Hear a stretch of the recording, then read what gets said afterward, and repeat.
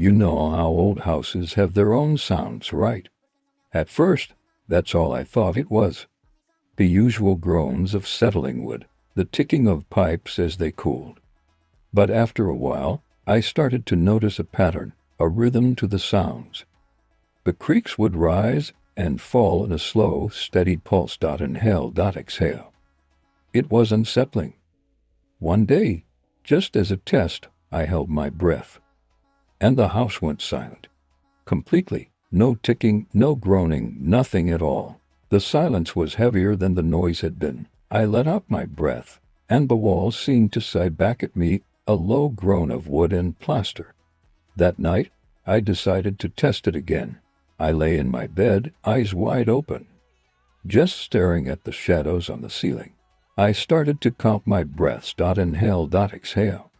And with every breath I took, the house matched me perfectly. A creak up, a groan down. It was a terrifying duet. In, out. Eventually, despite the fear, exhaustion took over and I fell asleep, lulled by the rhythmic breathing of my own home. I woke up suddenly, gasping, my lungs burning for air. The room was crushingly quiet. I tried to inhale, but it felt like the air had turned to stone. I couldn't draw a breath. And that's when I understood. The house was holding its breath. I could feel the pressure building.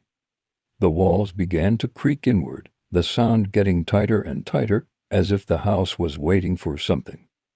Desperate, I forced a shaky, ragged breath out of my lungs. In the dead silence, the house took a deep, shuddering breath in, a sound of floorboards and foundation shifting, and then it didn't let go. The pressure in the room became unbearable. The house inhaled, and it was my turn to exhale. But I couldn't. The house was breathing for me now, and it had just taken its first breath.